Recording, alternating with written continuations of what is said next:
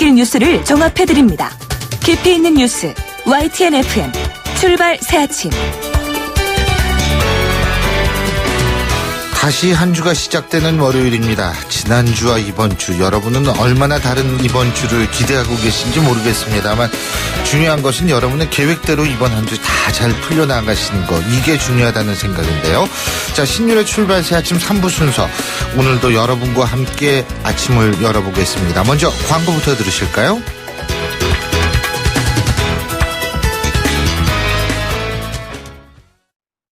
페이스 노루코 면도기, 도루코 페이스 면도기, 페이스 안전하고 부드러운 대한민국 면도기. 안전하고 부드러운 면도, 그 이상을 경험하세요. The Shaving Innovator Dorco Pace. 온도와 습도를 항상 일정하게 유지시켜주는 항온항습기 전문기업 AR. 전산센터, 반도체 공장, 미술관, 박물관, 귀중품 보관실을 30년 축적된 기술로 AR이 지켜드립니다. 24시간 확실한 서비스 보장 031-497-0561. 아유, 세 단계 종이 또 걸렸어? 정말 재본하나 하려다가 미치겠네. 내가 진작 현대오피스로 바꾸라니까. 오늘 다 날 셀 거야. 이제 스트레스 받지 마세요. 사무기기 전문기업 현대오피스가 책임지겠습니다. 사무기기의 올바른 기준. 현대오피스. 사장님, 성악가 김동규 씨네 집 바닥재 좋던데 우리 집도 똑같은 걸로 해줘요. 요즘 떠오르는 바닥재 스타 강마루. 스타일 좋고 습기, 열, 긁힘에 강하니까 오래 사용하려면. 그래서 스타 강마루를 하는구나. 성악가 김동규입니다. 강마루 스타는 스타 강마루. 스타 강마루. 연일 계속되는 황사로 기분까지 답답한 경우가 발생하고 있습니다. 솔의 눈을 항상 준비하시기 바랍니다.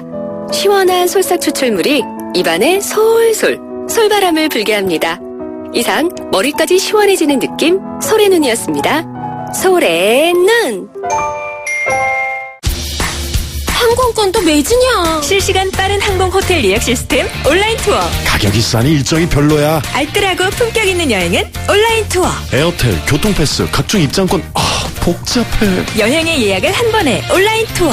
기억하세요. 여행의 모든 해결 온라인 투어. 온라인 결정 co.kr. 1644 대리운전 1644. 불러보자 꽃배달도 1644. 전국 꽃배달 배송비 포함 3단 환 54,000원부터, 렌탈 환 44,000원부터. 1644 꽃배달, 1644 대리운전. 1644. 히든텍에서 잭필드를 만들었네. 아주 응원해요. 못난 놈, 잭필드에서 히든텍을 만든 거지. 히든텍 입는 순간 허리가 바운스. 허리가 늘어나? 나도 히든텍 한번 부탁해요. 지금까지 기막되었습니다. 숨쉬는 바지 히든텍.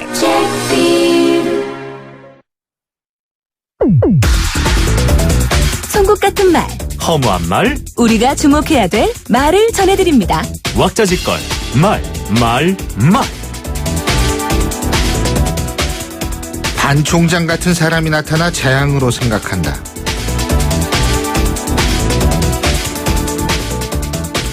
더불어민주당 이종걸 의원이 한 얘기입니다. 야당이 반기문 총장의 출연으로 상당히 당황스러운 것은 사실일 것 같습니다. 반기문 총장이 다른 모든 정치 현안을 삼키는 일종의 블랙홀의 역할을 했기 때문인데요. 그래서 비판은 할 수 있습니다. 하지만 이종걸 의원의 발언은 비판이라고 생각하지 않습니다. 이 발언은 비난 수준이기 때문입니다. 비판은 얼마든지 가능하지만 이런 언어를 쓰면서 비난하는 것은 우리 정치의 수준을 더욱 떨어뜨린 일입니다. 20대 국회가 시작하자마자 원내 제1당의 원내대표를 지내셨던 의원이 이런 단어들을 쓴다는 건 국민들을 또 한 번 실망시키는 일이라는 생각입니다.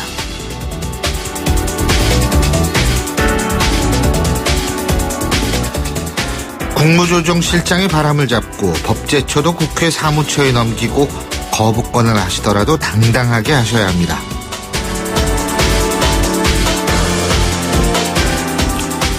국민의당 박지원 원내대표가 페이스북을 통해서 한 얘기입니다.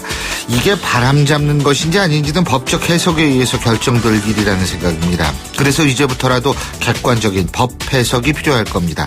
그런데 이런 발언을 하기 전에 먼저 20대 국회가 이전 국회와는 다르다는 점을 보여줘야 합니다.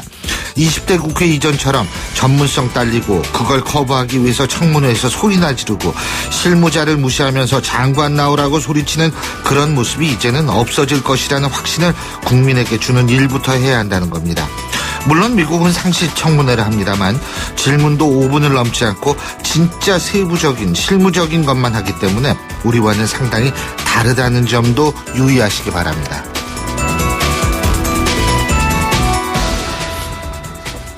극우적인 보수들을 제외한 나머지 보수가 모여있다가 국민의당 안철수 대표와 연대를 한다.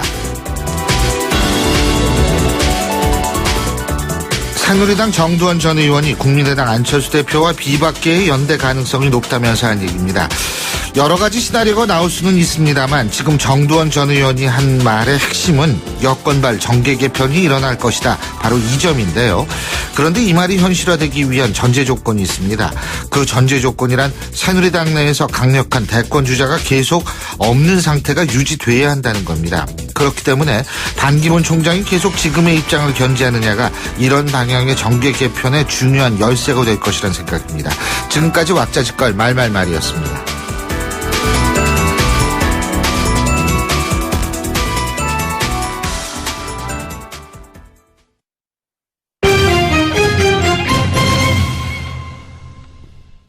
주요 경제 뉴스 알아보겠습니다.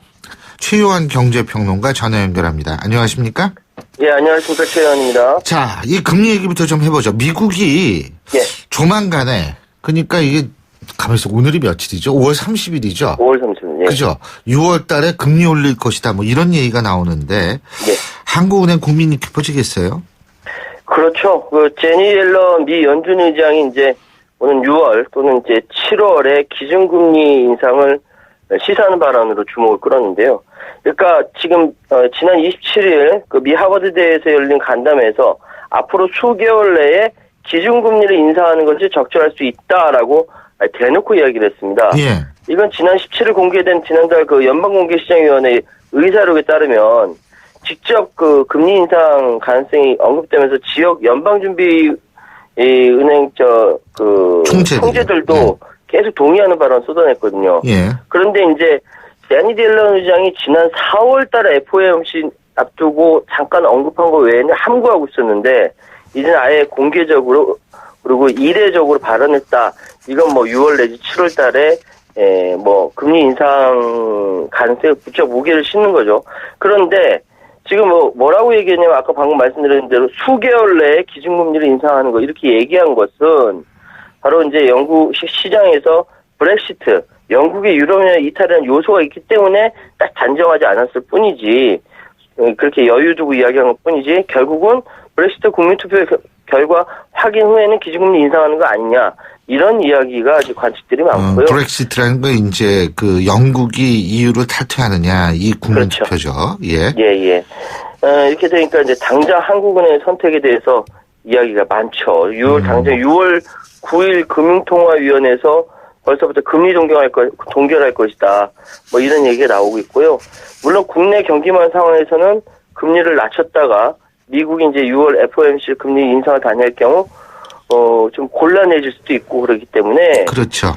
현재 국채경운기관 KDI에서는 추가 금리 인하 필요성을 제기하긴 하지만 그럼에도 불구하고 한국은행의 선택은 어차피 어느 한쪽의 리스크를 안고 갈 수밖에 없는 상황이거든요. 그러니까 이건 6월 9일까지 가봐야 될 것 같습니다. 아, 참 고민이 많겠어요. 예. 이주열 총재 진짜 정말 고민 많을 것 같습니다. 예. 그리고 장내 담배, 소주, 빙과류 이거 올랐었잖아요. 예. 근데 이제는 라면이 오른다 이런 얘기가 있죠? 이게 오를 수도 있다죠. 정확하게 오를 하면. 수 있다죠. 예. 이게 이제 현재 국내 라면 제조업체 모두 다 가격 인상서를 부인하고 있습니다. 그런데도 불구하고 꾸준히 이어지고 있는 게 라면 인상설입니다. 왜냐? 4년 동안 안 올랐거든요. 예. 지금 증권업계, 라면업계가 지난달 총선 직후부터는 본격적으로 식품 물가가 들썩이지 않겠냐. 예. 현재까지 실질적 움직임이 없고요. 라면 업체도 혹시나 말 잘못했다가 이제 혹시 그 역풍 맞을 수가 있으니까 당분간 올리지 않겠다 조심스러운 입장을 밝히고 있습니다. 근데 자꾸 이렇게 얘기 나오는 것은 작년도에 그 프리미엄 라면이라 1,500원대 라면이 있었죠. 예. 인기가 있었거든요. 예. 소비자들로부터 호응을 받았었거든요. 그러니까 이제 인상해도 되지 않냐 뭐 이런 얘기가 나오는 거죠. 그런데 중요 원료인 밀가루 가격이 하락했거든요. 근데 올리지 않아 버틸 수 있는 여력이 있는 것이죠. 그러나 아직까지 혹시 모르는 상황이고 현재까지 라면업계가 실제로 좀 더 버틸 여력이 있지만 앞으로 상황 어떻게 될지 모르죠. 그래서 지금 증권가에서는 라면 가격 인상에 대해서 굉장히 주시하고 있는 상황입니다. 그렇군요.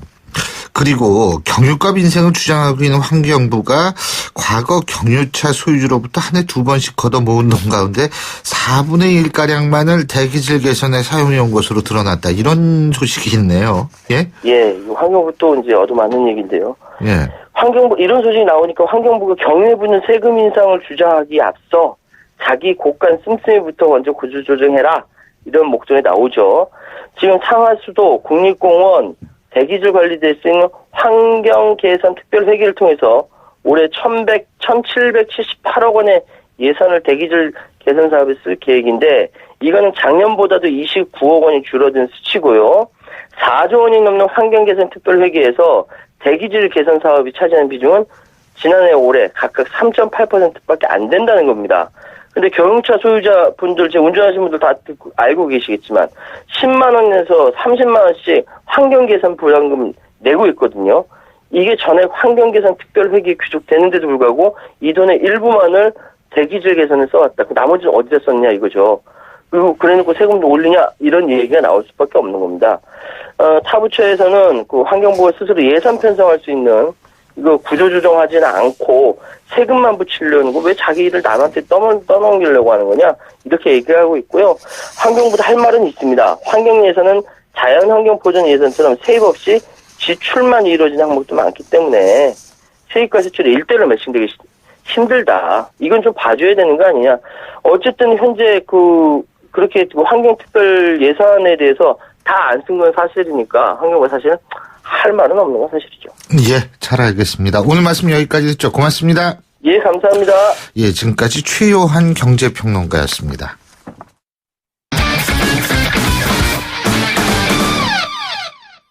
스포츠 뉴스 알아보겠습니다. 최동호 스포츠 평론가 연결하죠. 안녕하십니까? 예, 안녕하세요. 볼티모어의 김현수 선수 드디어 한방 쳤어요. 예, 그렇습니다. 예.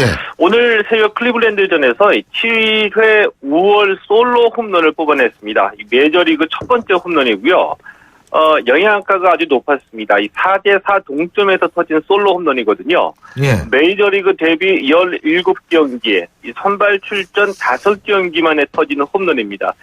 2번 타자 좌익수로 선발 출전했는데 이 3타수 1안타 볼넷 1개로 시즌 타율 3할 8푼 3리를 기록했습니다. 이 김현수 선수 시범 경기에서 최악의 부진에 빠지면서 마이너리그 강등이 결정이 됐고요. 거부권을 행사하면서 버텼는데 이 홈 개막전에서 이 팬들의 야유를 받게 했었습니다. 이 참 어려운 시간이었는데 이 2달 만에 조금씩 신뢰를 쌓아가면서 기회를 잡았고요.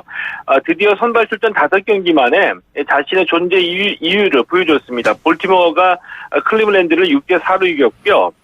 미네소타와 시애틀의 경기에서는 미네소타 박병호 선수가 6번 타자 1루수로 선발 출전했고 이대호 선수가 9회 말 대타로 출전했는데 이 박병호 선수 3타수 무안타, 이대호 선수도 삼진 아웃을 기록했습니다. 경기에서 미네소타가 5대4로 이겼습니다. 예, 그렇군요. 어쨌든 이제 앞으로 좀 잘 됐으면 좋겠어요. 그죠? 예, 지금 뭐 자주 나오고 있으니까요. 선발 출전 기회가 좀 더 늘어날 것 같습니다. 예. 자, 국내 프로야구에선 한화가 4연승을 올렸네요. 그죠? 시즌 첫 4연승이죠. 그죠? 예, 그렇습니다. 이 한화가 어제 롯데를 9대2로 이기고 4연승을 달렸는데요. 이 선발 로저스 선수가 완투승을 거뒀습니다. 예. 9이닝 2실점으로 호투했고요. 김태균 선수가 투런, 이 하주석 선수가 3런 홈런을 터뜨렸습니다. 이 4연승한 4경기에서만 하나의 팀 타율이 3할 오픈 1위나 되거든요. 경기당 9점을 뽑아냈습니다. 이 그동안 부진했던 김태균 선수가 최근 10경기에서 타율 4할 1푼 9리로 살아난 것이 큰 힘이 됐고요. 예. LG는 안타 20개를 몰아치면서 두산을 16대 8로 크게 이겼습니다. 넥센이 KT를 5대2, 삼성이 SK를 9대6, NC가 기아를 9대8로 이겼습니다. 예. 자, 그리고 우리 축구대표팀이 스페인하고 평가전 치르지 않습니까? 그래서 오스트리아로 예, 그렇죠. 출국을 했는데 슈틸리케 감독이 하는 말이 우리는 스파링 파트너가 아니다. 이런 말을 남기고 떠났다 그러네요. 예? 예, 이 슈틸리케 감독이 참 중요한 순간마다 한마디씩 남기고 있는데요. 예. 이 축구 대표팀이 오스트리아 살츠부르크에서 모레 스페인, 이번 주 일요일에 체코하고 평가전을 치릅니다. 예. 그래서 어제 출국했는데 이 유럽 축구 국가 대항전인 유로 2016이 6월 10일에 개막하거든요. 예. 그래서 이 스페인하고 체코 입장에서는 유로 2016에 대비해서 우리를 상대로 전력 점검을 하고 있는 건데요. 네. 슈틸리케 감독은 우리가 단순히 스파링 파트너가 아니다라는 것을 보여주겠다라고 얘기를 했습니다. 뭔가 보여주겠다는 뜻인데 최선을 다하겠다는 그런 의미겠죠. 근데 최선을 다하는데 뭘 보여줄까요? 예? 어제 이제 조금 더 구체적으로 슈틸리케 감독이 이 유럽의 강팀을 상대로 해서 우리가 과연 볼을 점유할 수 있는지 또 이 전방 압박이 가능한지를 실험하겠다고 얘기를 했거든요. 이 볼 점유는 상대팀의 압박을 버텨내야지 가능하고 예. 이 전방 압박도 수비 라인을 올려가지고 하프라인이나 상대 진영에서부터 강하게 상대팀을 압박하겠다는 뜻인데 이 말은 이 수비 위주의 소극적인 플레이가 아니라 우리 팀의 정상적인 플레이, 공격적인 플레이를 하겠다는 뜻이거든요. 예. 과연 이 스페인하고 체코를 상대로 해서 이게 통할지 저도 참 궁금해지기도 합니다. 예, 그렇군요. 그리고 이 손현재 선수는 불가리아 소피아 월드컵에서 은메달 1개, 동메달 2개를 따냈죠? 예? 예. 은메달 1개, 동메달 2개였는데 오늘 새벽 경기에서 금메달을 또 추가를 했습니다. 그랬어요? 예. 예. 오늘 새벽에 이 곤봉 종목에서 금메달을 따내면서 손현재 선수가 이 불가리아 소피아에서 열리고 있는 국제체조연맹 월드컵 전 종목에서 메달을 목에 걸었습니다. 예. 이 개인 종합에서 동메달을 따낸 손현재 선수 종목별 결선에서 곤봉에서 금, 후프에서 은, 리본에서 은, 볼에서 동메달을 따내면서 금 1개, 은 2개, 동메달 2개를 따냈거든요. 예. 특히 개인 종합에서 74.200, 후프에서 18.650점으로 또다시 자신의 개인 최고 점수를 갱신했는데 리오올림픽 메달 가능성을 한층 높였다고 볼 수가 있습니다. 예, 그렇군요. 어쨌든 앞으로 손현재 선수 좀 아주 활약을 기대해 보겠습니다. 오늘 말씀 여기까지 듣죠. 고맙습니다. 예, 고맙습니다. 예, 지금까지 최동훈 스포츠 평론가였고요. 신율의 출발새 아침 3부 순서 여기까지입니다. 잠시 뒤 4부에서 뵙겠습니다. 안녕하세요. 배우 공연주입니다. 15살의 여러분은 어떤 꿈을 꾸는 아이였나요? 제가 케냐에서 만난 15살 소녀 도린의 꿈은 의사가 되는 것인데요. 학교에 가는 것을 무척 좋아하는 도린이 학교를 빠질 수밖에 없는 이유는 단지 여자로 태어났기 때문입니다. 우리와 너무 다른 그동안 말하지 못한 소녀들의 이야기 궁금하지 않으세요? 여러분의 관심으로 소녀들이 다시 꿈을 꿀 수 있습니다. 지금 월드비전 꽃들에게 희망을 캠페인을 검색하세요. 월드비전 꽃들에게 희망을. YTN 라디오 캠페인 더 가까이. 안녕하세요. 평범한 직장인 박민수입니다. 6월 5일은 환경의 날입니다. 하루에 조금씩만 절약하는 습관을 들여도 환경 보호에 큰 보탬이 된다고 하죠. 직장 생활에서 할 수 있는 간단한 환경 보호 팁 알려드릴게요. 전 출근길에 웬만한 거리는 걷거나 자전거를 타고 출근합니다.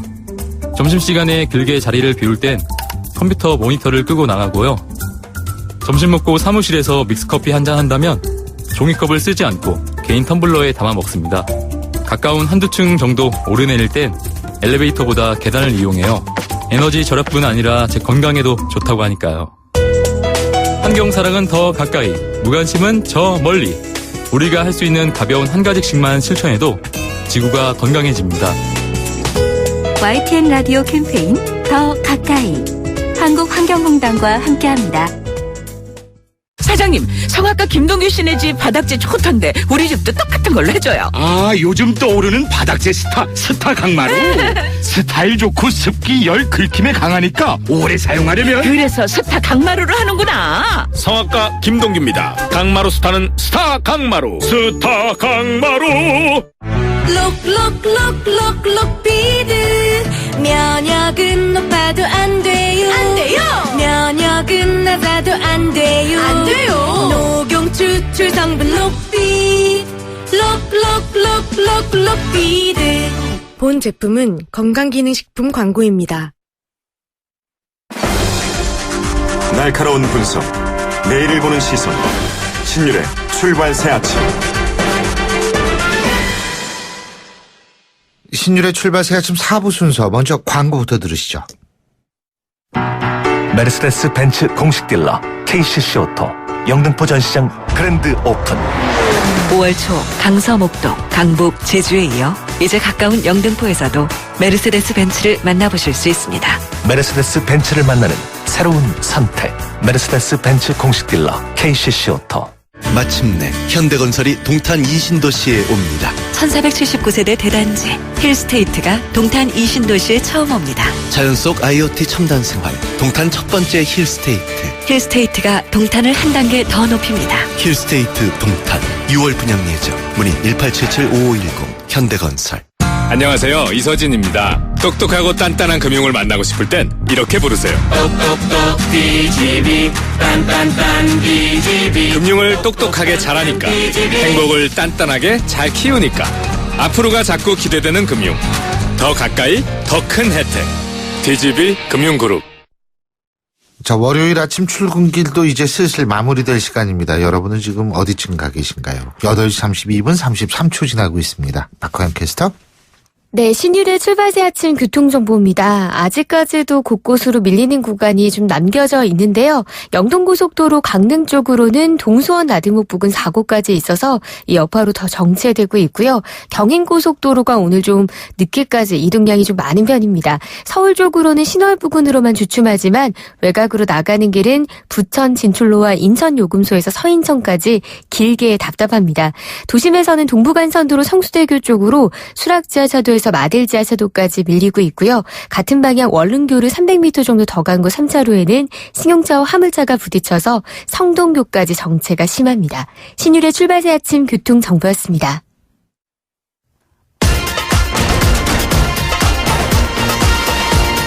여러분이 지금 듣고 계신 주파수는 FM 94.5MHz입니다.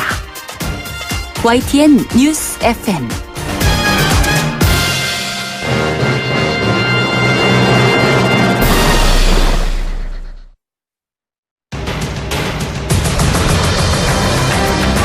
매주 월요일 아침 정치권의 복잡한 이슈를 말끔히 정리해드립니다. 출발당 최고위원회의.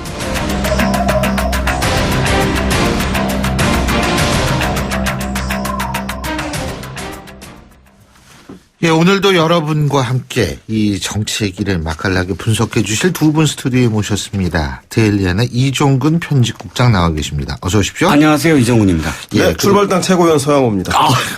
이거 뭐 그냥 그렇게 좀 앞으로도 해주시면 네네. 제가 되게 편할 겁니다. 지난주부터 굉장히 많이 도와주시고 계셔가지고 아유 감사합니다. 자, 오늘이 개편 첫날인데 뭐 개편도 중요하지만 더 중요한 게 지난 한 주가 반기문 주간이었었다는 점이 중요하죠. 그래서 우리가 오늘 개편 첫날에 이 반기문 대망론에 대해서 얘기를 해보려고 합니다. 반기문 대망론 과연 가능한가? 그리고 반기문 대망론과 여기서 합쳐서 문재인 전 의원은 그럼 어떻게 되는가 하는 부분을 한번 얘기해 보겠습니다. 이 문재인과 반기문 얼핏 보면 잘 어울리지 않을 것 같기도 하고 뭐 그런데 우리 이종근 국장님은 어떻게 보세요? 네, 일단 반기문 총장 지난 6일간의 행보를 보면 그야말로 사무총장으로서 해서는 안 될 거를 빼놓고는 모든 걸 다 했습니다. 정치적인 행보, 뭐 워딩부터 행보부터 JP 만나고 뭐 그런데 일단 뭐 저 정치에 나서겠다는 적극적인 어떤 의사를 암시를 하셨지요.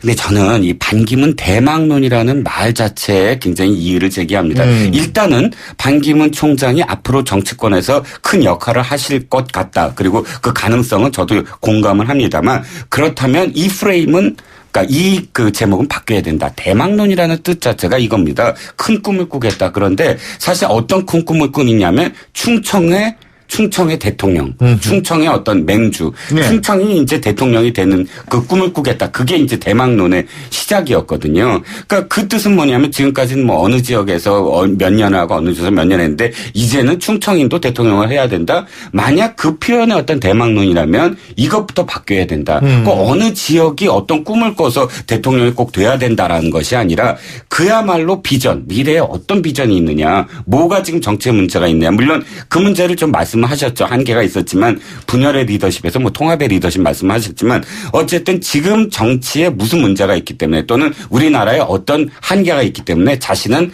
어떤 꿈을 꾸리겠다. 그런 꿈을 꾸리는 그런 꿈이라는 의미로서의 대망론이 돼야 된다. 그다음에 이제 문재인 대표는 그야말로 이제 그 역할론이라는 말이 있지만 무슨 역할을 할 것이냐라는 건데 문재인 대표야말로 이제 거듭나야 됩니다. 왜 거듭나야 되냐면 19대 때의 문재인과 20대 그러니까 18대 대선 때의 문재인과 지금의 문재인은 뭐가 다르죠?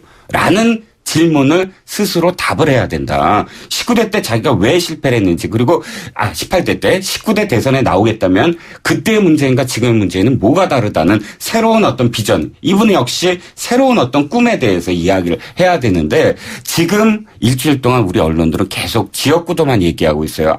호남이 어떻게 되고 그러니까 충청과 손을 잡을 것이냐 충청은 어떻게 될 것이냐 TK와 PK는 어떻게 될 것이냐 이런 지역구도만 얘기하고 있거든요. 물론 현실은 그렇지만 앞으로 어떤 꿈은 사실 우리들의 어떤 꿈을 얘기해 주십사 하는 겁니다. 언론인이시면서 언론 너무 하지 마세요.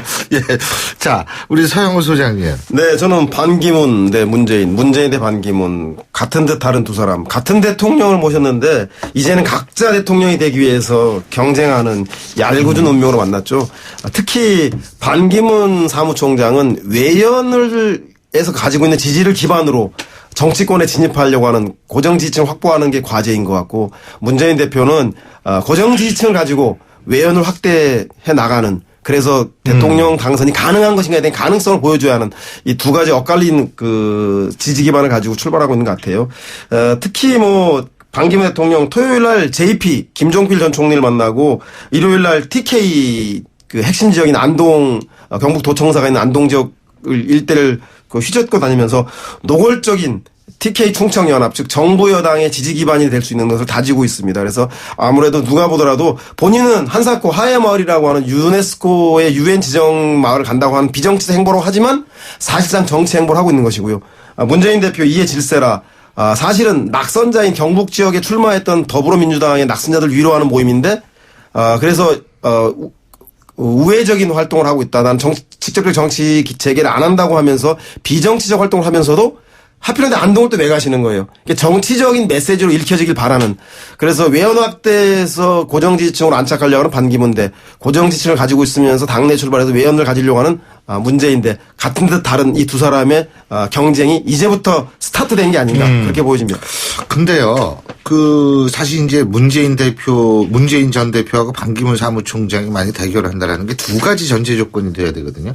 반기문 총장이 계속 이제 지금의 스탠스를 유지하고 끝까지 간다라는 첫 번째 전제 조건이 돼야 되고 두 번째는 뭐냐면 지금의 정치 구도가 계속 유지가 된다면 물론 문재인 전 대표는 당연히 더불어민주당의 대선 후보가 될 겁니다. 전 그건 뭐 200% 확신을 하거든요.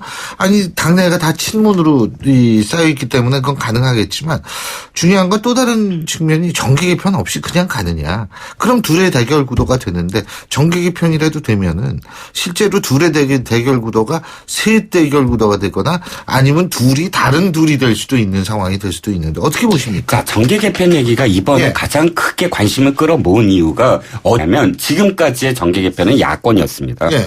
여권의 정계 개편이라는 말이 없었어요. 그러니까 지금의 한 수년간 되풀이됐는데 이번에 정계 개편이 왜 관심이 있냐면 여권이 분화될 가능성이 있었거든요. 굉장히 크고 아직도 그건 상존합니다. 그런데 그 가능성은 왜 있었냐면 대권 주자가 없었기 때문이에요. 사실 여권에서 보수층이 사실 지지할 사람, 중도층이 지지할 사람 이런 것들이 분화되지도 않고 굉장히 혼재돼 있으면서 가시화되지 아니한 그런 여권 보수 중도층이 누굴 지지할 거냐가 없기 때문에 그 분화가 굉장히 큰 어떤 이 폭발력을 발휘할 거다라는 가능성이었잖아요. 그런데 저는 그 가능성이 상당히 줄었다는 거죠. 왜? 반기문 카드로서 등장으로서. 자, 두 가지 의미인데 뭐냐면 자, 이게 지금 비박들도 반대는 하지 못해요. 지금은. 왜? 굉장히 이 효과가 커졌거든요. 생당 집중되고 그다음에 반기문 총장이 물론 친박계에서 밀고 있다는 건 좀 자명하긴 하지만 그럼에도 불구하고 또 확장성도 무시 못하는 부분. 자, 국민의당 지지층의 20%가 지금 반기문 총장 지지층으로 바뀌었다는 게 중앙일보 오늘 여론조사 결과입니다. 그러면 중도 보수 중앙일보 여론조사는 27일, 28일 1,000명을 대상으로 유선전화, 무선전화, RDD 방식 혼합해서 응답률이 19.4%고 오차 범위 95% 신뢰 수준 플러스 마이너스 3.1%포인트입니다. 수고하셨습니다. 근데 어쨌든 여기에 유의미한 게 굉장히 많아요. 이 여론조사에서. 또 한 가지는 뭐냐면 반기문 총장의 지지율, 전국적인 지지율이 충청 31%보다 TK가 더 높아요. 45%도 더 높고 뭐 이런 몇 가지 점이 있는데 아무튼 결론적으로 말씀드리면 지금 여권발 정계 개편의 가능성이 줄어들었다. 저도 방송 분량 차지하려면 국민교육 헌장이라도 이거 외워야 되는 거 아닌가 모르겠는데 저런 식으로 또 많이 괜찮아요. 저기 이미 우리 이종근 국장님께서 다 개요를 말씀하셨으니까 그 여론조사. 저는 뭐 꿈은 이루어질 것인가 아니면 동상이몽에 그칠 것인가 이 싸움이라고 보는데요. 뭐 새누리당이 수구 친박으로 남고 그게 이제 정두원 전 의원의 주장이죠. 더불어민주당이 친노 패권만 났다고 전자 붙이는 게 아주 힘들고 어색해요. 새누리는 수구 친박으로 더불어민주당은 친노 패권 세력만 남기고 모든 그 사람들이 뛰쳐나와서 중도 개혁 장도로 모여서 특히 반기문, 안철수, 유승민 정도가 나와준다면 인데 제가 볼 때는 근데 이게 이제 이게 꿈인데요. 그래서 친박과 친노를 고립시키고 나머지 중도 진영에 다 모이자. 그리고 우리가 다수가 되자. 그래서 거기서 승자가 그게 아마 정의화 의장의 빅텐트로는 아니죠. 그렇죠. 빅텐트고 뭐 손학규 대표의 문제의식이고 예전에 제3세력들이 끊임없이 반여당 비야당의 성향을 가지고 있는 사람들의 꿈이었죠. 근데 이것이 이제 현실화될 것인가 여부인데 최소한 유승민 의원이 현재 비박의 가장 상징적인 대선주자로 떠오르고 있는데 그 양반이 새누리당이 이탈할 것인가의 관건인 거고 야당은 김부겸, 안희정, 박원순이라고 하는 문재인의 후발주자들 차세대 문재인이라고 하는 사람들이 과연 나올 것인가 이렇게 나와줘야지 여야의 핵심적인 사람이 이탈이 되는데 제가 보기에는 정의와 손학규, 안철수 정도의 그림만 가지고는 결국은 안철수로의 단일화를 위한 소폭 정계 개편을 그친다고 한다면 결국은 정계 개편이라기보다는 국민의당으로 흡수 통합되는 그런 형태가 되는 건 아닌지라고 좀 우려스러운 거고요. 차라리 그렇다고 한다면 정의화 의장은 여권의 개혁을 손학규 후보는 야권의 개혁을 위해서 일단 힘써내는 것이 좋은 건 아닌가. 여권의 개혁이 되고 야권의 개혁이 가능하겠어요. 왜 그러냐면 우리 지난번에 한번 봅시다. 2012년 대선 후보 경선 때 보면 모바일 심이라고 해서 모바일 투표에서는 문재인 대표가 이겼지만 실제로 당원 투표라든지 현장 투표에서는 손학규 전 대표가 이긴 거잖아요. 그러니까 실제로 지금보다 그때보다 지금이 더 친노 친문 색채가 강화된 게 더불어민주당인데. 아니 저는 뭐 이게 고정하자는 게 아니라 정의화 의장과 소위 말해서 손학규 대표 달랑 두 분만 남아서는 대권에 욕심 있는 사람들끼리 뭉침이 됐기 때문에 정의화 의장 개혁을 하면서 유승민과 호흡을 맞춰서 해보다가 안 되면 같이 나와야 되고 손학규 대표도 해보다가 안 되면 김부겸이라든가 안희정, 박원순 이분들도 친노끼리 친박끼리 잘해먹으러 나와야 되는데 그런 공감대가 당내에서 얼마나 있는가가 관건이다.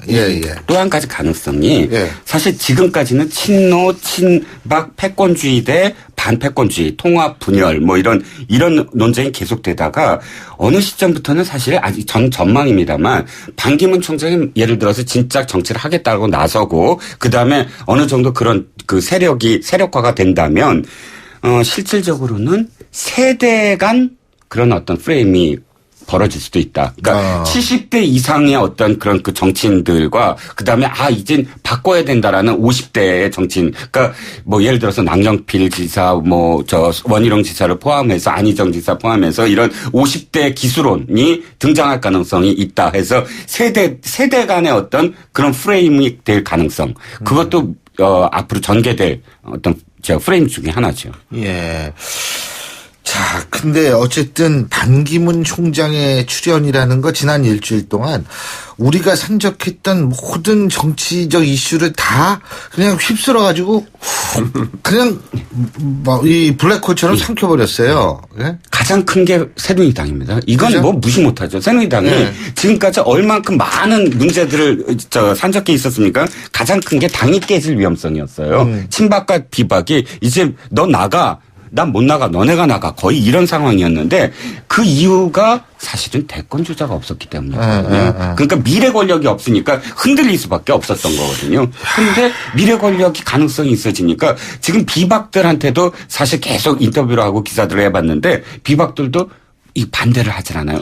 그래, 환영합니다. 반기문 총장. 이분이 이거든요. 왜냐하면 본인들이 반대해봤자 대안도 없잖아요, 지금. 그렇죠. 네? 자, 그래서 저희가 지금 새누리당 말씀 이종근 국장님이 말씀하셔서 새누리당 혁신비대위원장으로 김희옥 전 공직자윤리위원장을 내정을 했는데 과연 잘 될까? 이 부분을 한번 얘기를 해보죠. 자. 잘 될까요? 우리 서양호 소장님? 일단 좀 태생적 한계가 분명한 한계를 가지고 있다. 태생도 그렇고 시간도 없잖아요. 예, 2달이고 시간도 그렇고. 왜냐하면 정진석 비대위원장이 겸임을 하기로 했는데 원내대표를 그리고 김용태 혁신위원장을 임명하자마자 친박이 5월 17일 날 친박 구테타를 통해서 전국 상임위원회를 보이콧하면서 무산시켰지 않습니까? 그 무산을 통해서 소위 말해서 체육관 비대위원장이 된 거죠. 체육관 비대위원장은 친박의 한계와 울타리를 벗어나지 못할 텐데 과연 제대로 된 핵심적인 혁신의 과제는 총선 패배의 원인을 진단하고 대책을 마련하는 거 아니겠습니까? 총선 패배의 원인은 정부 여당의 재벌 대기업 위주의 그 정책과 그리고 국회를 무시하는 일방 독주의 불통식 국정운영 방식인데 이 두 문제를 해결해 낼 수 있는 자기 목소리를 낼 것인가. 이게 친박이 가장 아킬레스건인데 체육관 비대위원장이 과연 그 역할을 할 것인가. 저는 그렇기 때문에 2달짜리 혁신 없는 혁신 비대위원장으로서 그냥 전당대회 준비위원장이나 전당대회 선거관리위원장 정도 역할만 그치는 게 아닌가. 왜? 친박이 만든 체육관 비대위원장이기 때문에. 이분이 사실 정치적 경험은 없죠. 근데 체육관 비대위원장은 거긴 더불어민주당도 마찬가지죠. 사실 체육관에서 하니까. 예.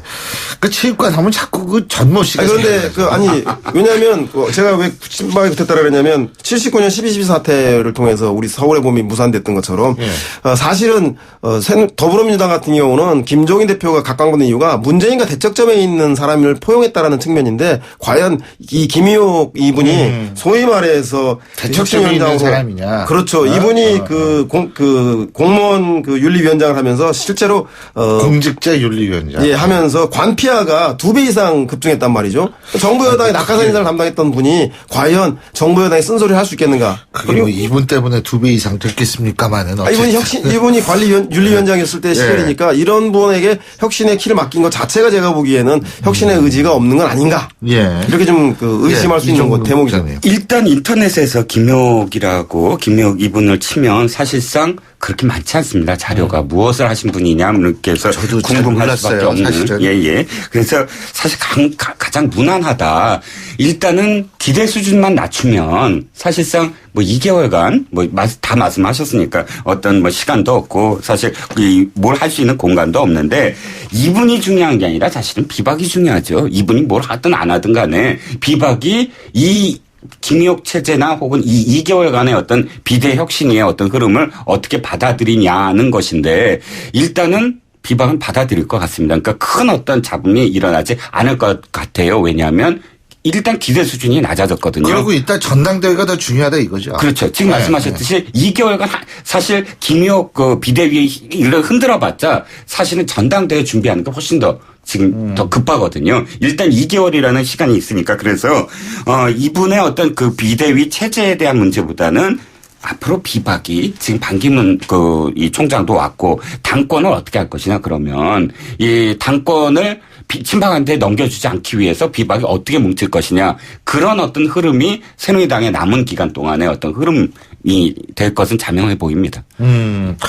근데 이 전당대회를 앞두고 지금 사실은 그 대선 후보는 비박 쪽의 대선 후보들이 이번 총선 때 다 사라질 수밖에 없는 환경이었었고, 네, 그렇죠. 뭐 본인들은 사라진 것이 아니다. 노병은 죽지 않는다. 다만 사라질 뿐인단가. 근데요, 어쨌든 사라진 것이 아니다. 잠시 쉬는 것이다라고 생각할지 모르지만 일반 국민들은 어쨌든 그렇게 생각할 것이고, 그렇다면 당권에 집중할 가능성이 높지 않겠어요? 지금 이정국 국장님 말씀하신 대로. 그렇죠. 이미 뭐 대권주에 강력하게 반기문 총장이 떠오르는 마당에 뭐 김무성 전 대표 정도야 그 더불어서 같이 상승하는 것 때문에 친박의 반기문, 비박의 김무성 이 구도를 만들면 실제로 뭐 남는 장사 믿져야 이기고 잘하면 역전도 가능한 거 아닌가 검증에다 걸리면 뭐 이런 생각을 할 수 있겠지만 나머지 주자들 같은 경우는 실제로 뭐 그 한 자리 티켓 비박이라고 하는 그 경쟁국 한 자리 차지하기 어려우니까 당권에 도전할 가능성이 대단히 높은 건 사실인 것 같습니다. 네.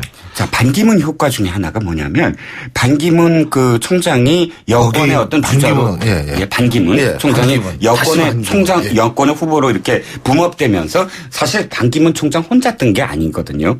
보면 여권의 어떤 나머지 잠재 후보들까지 이름이 거론 다시 되고 있어요. 원희룡 지사 얘기, 남경필 얘기. 그러니까 그 전에는 이 사람들이 뭘 할 수가 있겠어? 이랬다가 반기문 총장 위엔 누가 있지? 그러면서 관심이 집중되고 있어요. 그러니까 확장이 되고 있다는 것이죠. 저는 비박계가 이럴 가능성이 커요. 김무성 대표보다는 또 다른 카드? 아니요, 젊은 카드. 아까 왜 세대 기수는 있잖아요. 네. 상대적으로 그러니까 반기문 총장이 갖고 있지 아니한 것이 무엇이냐.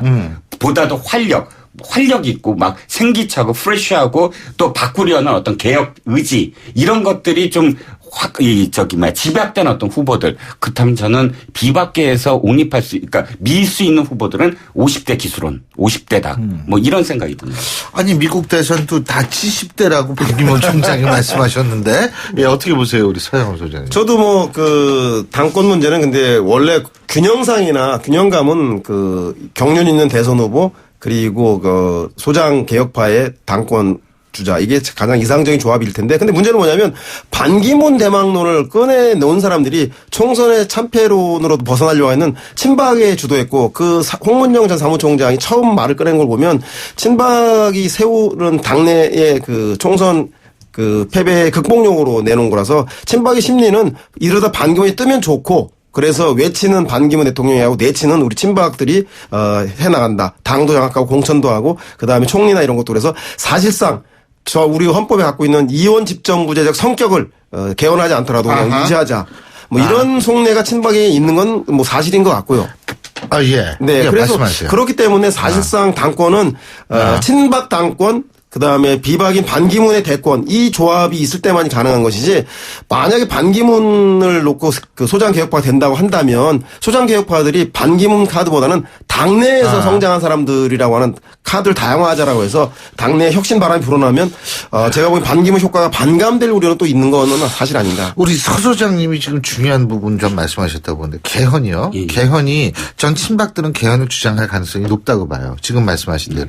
하지만 문제는 뭐냐면 친박의 박근혜 대통령 쪽 청와대는 개헌을 반대할 거라고요. 이게 블랙홀이라고. 거기에서 친박과 박근혜 대통령이 맞지가 않고 문재인 전 대표 측도 개헌에 반대할 거라고 보거든요.